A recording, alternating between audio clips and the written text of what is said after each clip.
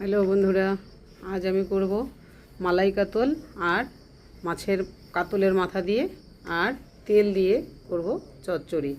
তো তার জন্য আমি মাথাতে আগে নুন হলুদ মেখে রেখেছি, তেলটাতেও নুন হলুদ মেখে নিয়েছি।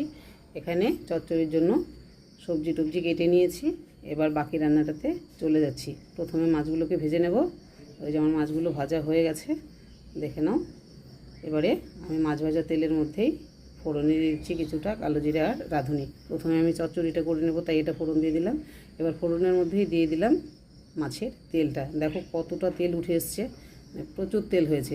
এবার এই তেলের মধ্যে আমি দিয়ে দিচ্ছি একে একে পেঁয়াজ, কাঁচা লঙ্কা, আলু, গাজর। এই সবজিটা আগে দিয়ে দিলাম। এটাকে কিছুক্ষণ আগে নাড়িয়ে নেব।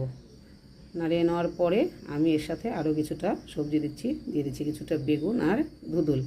এবার এটাকে পরিমাণ মতো নুন আর হলুদ দিয়ে ভালো করে আস্তে আস্তে রান্না করতে হবে।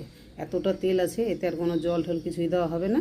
তো সবজিটা অর্ধেক মজে এসছে। তারপরে আমি দিয়ে দিলাম এর মধ্যে মাছের মাথাগুলো। একটু মাথাগুলোকে খুন্তি দিয়ে গুটিয়ে গুটিয়ে ভেঙে দিচ্ছি, তাহলে জিনিসটা সবজির সাথে ভালো মিশবে আর ভালো হবে। আমার চচ্চড়িটা হয়ে এসছে, নামিয়ে নিচ্ছি। দেখো চচ্চড়ির সবজিগুলো এতটাই ছোট ছোট করে কেটেছি। চচ্চড়ি যত সুন্দর কাটা হবে, জিনিসটা দেখতে এবং খেতে দুটোই কিন্তু খুব ভালো হবে। তো আমার চচ্চড়ি হয়ে গেছে। এবারে চলে যাচ্ছি মালাই কাতলে। তো মালাই কাতল করার জন্য আগেই তো দেখিয়েছি তোমাদের, মাছ আমার ভাজা হয়েই গেছিলো। এখানে নিয়েছি আদা, রসুন আর লঙ্কা বাটা। এর সাথে আমি কিছু গুঁড়ো মশলা মিশিয়ে নেব।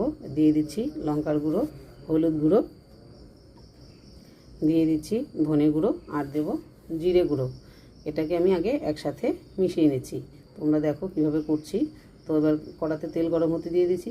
ফোড়নে দিয়ে দিলাম গোটা গরম মশলা আর গোটা জিরে। তার মধ্যে দিয়ে দিলাম কিছুটা কুচনো পেঁয়াজ। পেঁয়াজটা ভালো করে ভাজা ভাজা হয়ে এলে আমি এবার এতে দিয়ে দিচ্ছি সেই মিশিয়ে রাখা মশলাটা। মশলাটাকেও বেশ খানিকক্ষণ ভালো করে কষিয়ে নেব। দেখো তেলটা ছেড়ে দিয়েছে প্রায়। এই সময় দিয়ে দিচ্ছি কিছুটা কাজু আর পোস্ত বাটা। কাজু পোস্ত বাটাটাকেও আমি ভালো করে আগে তেলের সাথে মশলার সাথে মিশিয়ে নেব। এবারে এতে দিয়ে দিচ্ছি মালাইয়ের জন্য এই যে নারকেলের দুধ। এটাই হচ্ছে মূল উপকরণ। তো আমি নারকেলের দুধটা আর সাথে একটু গরম জল দিয়ে দিলাম।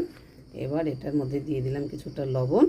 আর যেহেতু নারকেল দেওয়া আছে, মিষ্টি খুব একটা দরকার হবে না, খুব সামান্য পরিমাণে চিনি দিয়ে ঝোলটাকে ফুটিয়ে নিয়েছি। এত ঝোলটা ফুটে উঠেছে। এবার আমি এতে মাছগুলোকে আস্তে আস্তে ছেড়ে দিচ্ছি। ছেড়ে দেওয়ার পরে এটাকে মিডিয়াম আছে 5 থেকে 6 মিনিট ফুটিয়ে নেব।